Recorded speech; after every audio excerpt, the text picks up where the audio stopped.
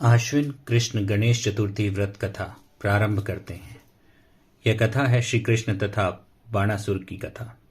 युधिष्ठिर ने पूछा, हे कृष्ण जी, ऐसा सुनने में आया है कि आश्विन कृष्ण चतुर्थी को संकटा चतुर्थी कहते हैं। इस संकटा चतुर्थी को किस प्रकार गणेश जी की पूजा करनी चाहिए, मुझे विस्तार पूर्वक बताने की कृपा करें।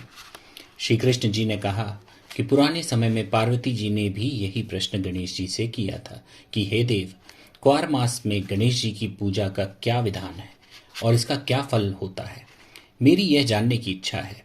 इस पर गणेश जी ने हंसते हुए कहा कि हे माता, सिद्धि को प्राप्त करने की इच्छा रखने वाला व्यक्ति आश्विन मास में कृष्ण नामक गणेश जी की आराधना पूर्व कही गई विधि अनुसार करे। इस दिन भोजन ग्रहण न करे, क्रोध, झूठा दिखावा, लोभ आदि को छोड़कर गणेश जी के स्वरूप का हृदय में ध्यान रखते हुए पूजन करे। इस दिन हल्दी और दूब का हवन करने से 7 दीपों वाली पृथ्वी का राज्य प्राप्त होता है। पुराने समय की बात है कि बाणासुर की कन्या उषा ने स्वप्न में अनिरुद्ध को देखा। अनिरुद्ध के विरह से वह इतनी व्याकुल हो गई कि उसके मन को किसी भी प्रकार से शांति नहीं मिल रही थी। उसने अपनी सखी चित्रलेखा से तीनों लोकों के प्राणियों के चित्र बनवाए। जब उन चित्रों में अनिरुद्ध को देखा तो कहने लगी, मैंने इसी पुरुष को स्वप्न में देखा था, इसी के साथ मेरा विवाह हुआ था।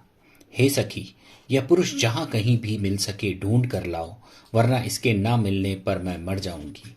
उसकी सखी चित्रलेखा यह सुनकर जगह जगह खोज करती हुई द्वारिका में आ गई।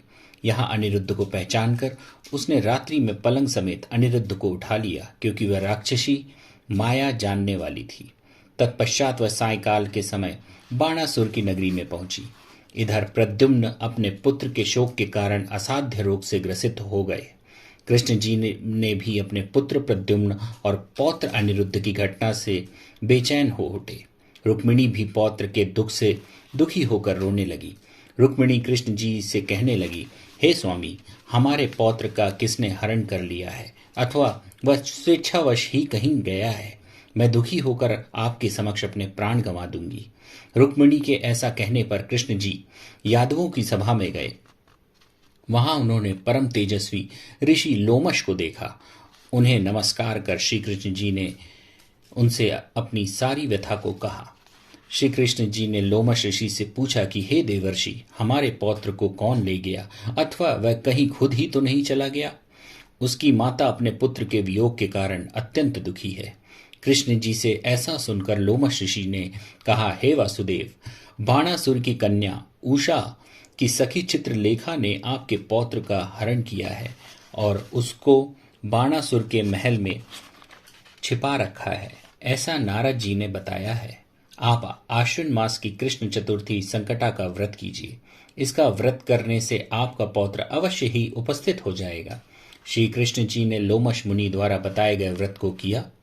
हे देवी, इस व्रत के प्रभाव के कारण कृष्ण जी ने बाणासुर को युद्ध में हरा दिया। हालांकि उस घोर युद्ध में मेरे पिता शिव जी ने बाणासुर की बहुत रक्षा की, फिर भी वह विजयी नहीं हो सका। कृष्ण जी ने क्रोधवश उसकी हजारों भुजाओं को काट डाला। श्री गणपति जी को खुश करने हेतु और सारी बाधाओं का निवारण करने के लिए इस व्रत के समान कोई और व्रत नहीं है। श्री कृष्ण जी ने कहा, हे राजन, समस्त कष्टों का नाश करने के लिए इस व्रत को अवश्य ही करना चाहिए। इस व्रत को करने से आपकी शत्रुओं पर विजयी होगी और आप राज्य के अधिकारी होंगे। इस व्रत के फल का वर्णन धुरंधर विद्वान नहीं कर सकते। हे युधिष्ठिर, मैंने इसका स्वयं ज्ञान किया है, यह मेरा सत्य वचन है। बोलो जय गणपति।